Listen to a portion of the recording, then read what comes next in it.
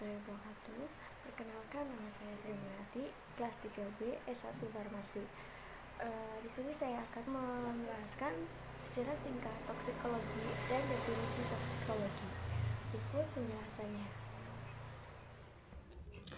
Baik, di sini saya akan menjelaskan tentang sejarah toksikologi dan ruang lingkupnya dengan acuan jurnal dengan judul Toksisitas limbah cair pabrik batik terhadap kelangsungan hidup, struktur histologi ginjal dan daging ikan nila oleh Asas Mu'alifah. Yang pertama ada sejarah toksikologi. Menurut Hippocrates, banyak menulis racun ular dalam bukunya bahwa Mesir kuno memiliki pengetahuan penangkal racun, yaitu dengan menghambat laju penyerapan racun dari saluran cerna.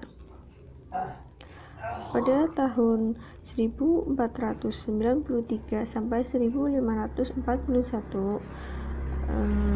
PATBH Paracelsus memperkenalkan istilah toksikon atau toxic agent untuk zat substansi yang dalam jumlah kecil dapat mengganggu fungsi tubuh. Menurut Matthew Joseph Orvilla, merupakan orang pertama yang melakukan penelitian secara sistematis tentang respon biologi anjing pada zat kimia tertentu. Apa sih toksikologi? Ya, toksikologi itu berasal dari bahasa Latin, yaitu tokson yang artinya racun, sedangkan logos yang artinya ilmu pengetahuan, sehingga dapat didefinisikan sebagai ilmu yang mempelajari tentang efek-efek merugikan dari suatu zat ilmu atau pemahaman tentang pengaruh berbagai macam zat kimia yang merugikan bagi kelangsungan hidup makhluk hidup. Ya, di sini ada ruang lingkup toksikologi. Ruang lingkup toksikologi terbagi menjadi 3, yaitu yang pertama toksikologi lingkungan. Toksikologi lingkungan merupakan cabang toksikologi yang menguraikan pemajanan yang tidak disengaja pada jaringan biologi atau lebih khususnya pada manusia dengan senyawa kimia yang pada dasarnya merupakan pencemaran lingkungan. Pada prinsip toksikologi lingkungan mengkaji tentang keracunan yang terjadi secara tidak sengaja, seperti keracunan akibat makan ikan yang berasal dari Teluk Minamana, Jepang, dan mengakibatkan penyakit Minamata, keracunan gas akibat aktivitas gunung berapi, dan masih banyak contoh yang lainnya. Yang selanjutnya ada toksikologi ekonomi. Toksikologi ekonomi merupakan suatu pembahasan toksikologi yang menjurus pada efek-efek berbahaya dari substan khusus yang berhubungan dengan kebutuhan manusia seperti bahan pengawet makanan dan pestisida. Yang ketiga ada toksikologi forensik. Toksikologi forensik merupakan cabang toksikologi yang mengkaji tentang aspek medis, aspek hukum atas pengaruh berbahaya zat kimia pada manusia.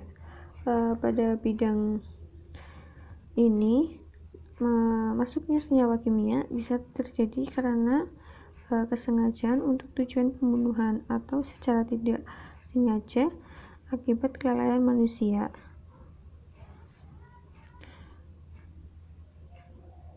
Ya, selanjutnya ada contoh toksikologi lingkungan. Dalam jurnal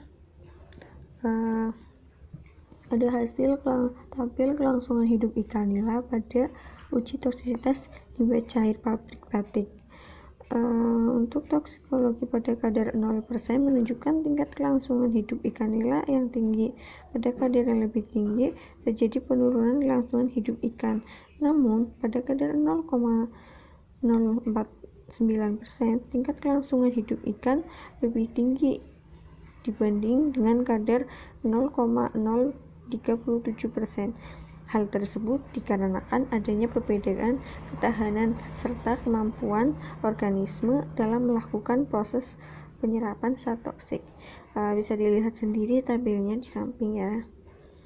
Jadi kesimpulannya, limbah cair pabrik batik mempengaruhi kelangsungan hidup ikan nila. Semakin tinggi kadar limbah cair pabrik, plastik, maka semakin rendah tingkat kelangsungan hidup nila.